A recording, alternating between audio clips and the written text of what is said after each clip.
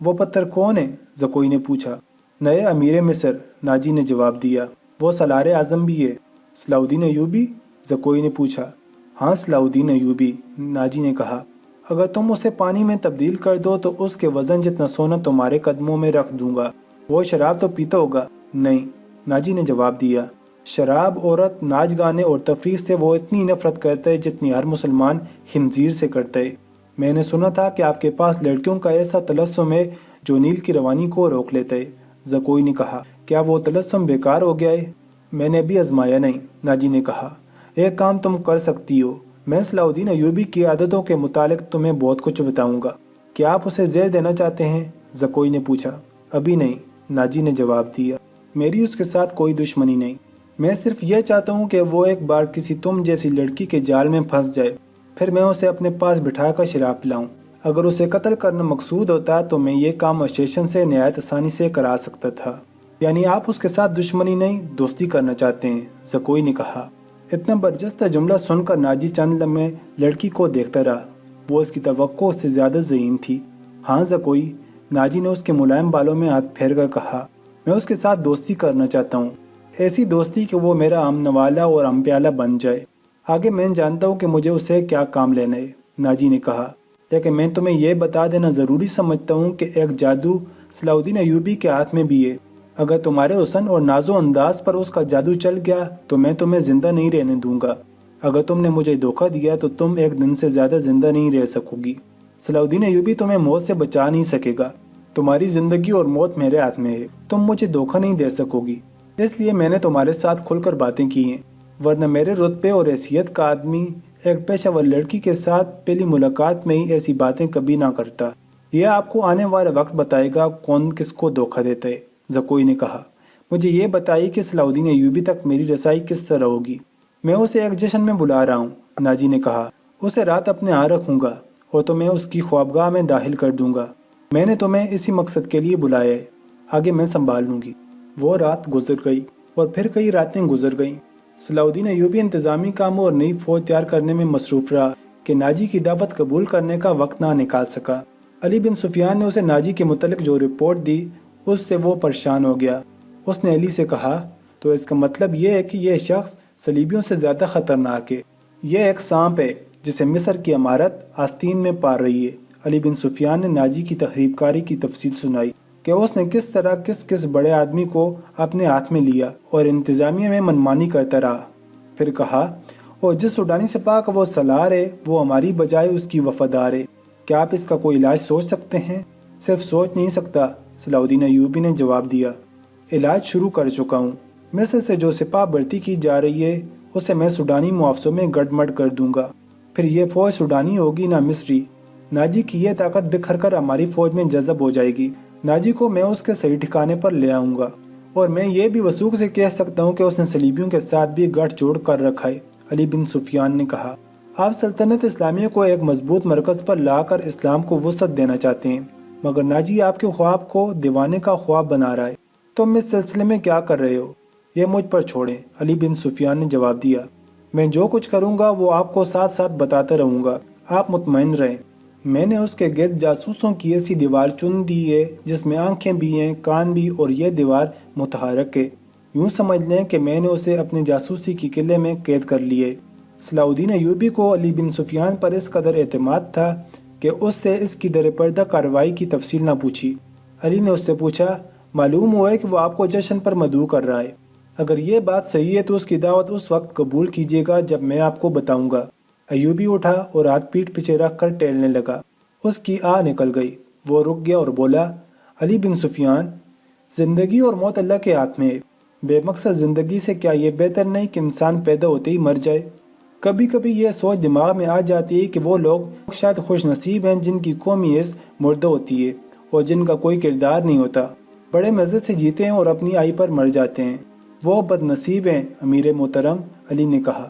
ہاں بن سفیان، صلاح الدین ایوبی نے کہا، میں جب انہیں خوش نصیب کہتا ہوں تو یہی بات معلوم نہیں کون میرے کان میں کہہ دیتا ہے جو تم نے کہی ہے، مگر سوچتا ہوں کہ ہم نے تاریخ کا دائرہ اس موڑ پر نہ بدلا تو ملت اسلامیہ بکھر کر وادیوں، جنگلوں اور صحراؤں میں کھو جائے گی۔ ملت کی خلافت 3 حصوں میں بٹ گئی ہے، امیر منمانی کر رہے ہیں اور صلیبیوں کے اعلی کار بنتے جا رہے ہیں۔ مجھے یہ ڈر بھی محسوس ہونے لگا ہے کہ مسلمان اگر زندہ رہے تو وہ ہمیشہ صلیبیوں کے غلام اور اعلی کار ہی رہیں گے۔ وہ اسی پہ خوش رہیں گے کہ زندہ ہیں، مگر قوم کی حیثیت سے وہ مردہ ہوں گے۔ ذرا نقشہ دیکھو علی، آدھی صدی میں دیکھو ہماری سلطنت کا نقشہ کتنا سکڑ گیا ہے۔ وہ خاموش ہو گیا، سر جھکا کر ٹہلنے لگا، پھر رک گیا اور سر کو جھٹک کر علی بن سفیان کو دیکھا۔ کہنے لگا، جب تباہی اپنے اندر سے اٹھے تو اسے روکنا محال ہو جاتا ہے۔ اگر ہماری خلافت اور عمارتوں کا یہی حال رہا تو صلیبیوں کو ہم پر حملے کرنے کی ضرورت پیش نہیں آئے گی۔ وہ آگ جس میں ہم اپنا ایمان، کردار اور اپنی قومیت جلا رہے ہیں، اس میں صلیبی آہستہ آہستہ تیل ڈالتے رہیں گے۔ ان کی سازشیں ہمیں آپس میں لڑاتی رہیں گی۔ میں شاید اپنا عزم پورا نہ کر سکوں، میں شاید صلیبیوں سے شکست بھی کھا جاؤں، لیکن میں قوم کے نام ایک وصیت چھوڑنا چاہتا ہوں۔ وہ یہ کہ کسی غیر مسلم پر کبھی بھروسہ نہ کرنا۔ ان کے خلاف لڑنا ہے تو لڑ کر مر جانا، کسی غیر مسلم کے ساتھ کبھی سمجھوتا اور کوئی معاہدہ نہ کرنا۔ آپ کا لہجہ بتا رہا ہے جیسے آپ اپنے عزم سے مایوس ہو گئے ہیں، علی بن سفیان نے کہا۔ مایوس نہیں، صلاح الدین ایوبی نے کہا، جذباتی۔ علی، میرا ایک حکم متعلقہ شعبے تک پہنچا دو، بڑھتی تیز کر دو اور کوشش کرو کہ فوج کے لیے زیادہ سے زیادہ ایسے آدمی رکھو جو جنگ کا تجربہ حاصل کر چکے ہوں۔ ہمارے پاس اتنی لمبی تربیت کا وقت نہیں۔ بڑھتی ہونے والوں کا مسلمان ہونا لازمی قرار دے دو، اور تم اپنے لیے ذہن نشین کر لو کہ ایسے جاسوسوں کا ایک دستہ تیار کرو جو دشمن کے علاقے میں جا کر جاسوسی بھی کرے اور شب خون بھی مارے۔ یہ جان بازوں کا دستہ ہوگا، انہیں خصوصی تربیت دو، ان میں یہ صفات پیدا کرو کہ اونٹ کی طرح زیادہ سے زیادہ عرصہ پیاس برداشت کر سکے، ان کی نظر عقاب کی طرح تیز ہوں، ان میں صحرائی لومڑی کی مکاری ہو اور وہ دشمن پر چیتے کی طرح جپٹنے کی مہارت، دلیری اور طاقت کے مالک ہوں، ان میں شراب، حشیش وغیرہ کی عادت نہ ہو اور عورت کے لیے وہ برف کی طرح یخ ہوں۔ بڑھتی تیز کرا دو بن سفیان، اور یاد رکھو میں ہجوم کا قائل نہیں، مجھے لڑنے والوں کی ضرورت ہے، خواہ تعداد تھوڑی ہو، ان میں قومی جذبہ ہو اور میرے عزم کو سمجھتے ہوں، کسی کے دل میں یہ شبہ نہ ہو کہ اسے کیوں لڑایا جا رہا ہے۔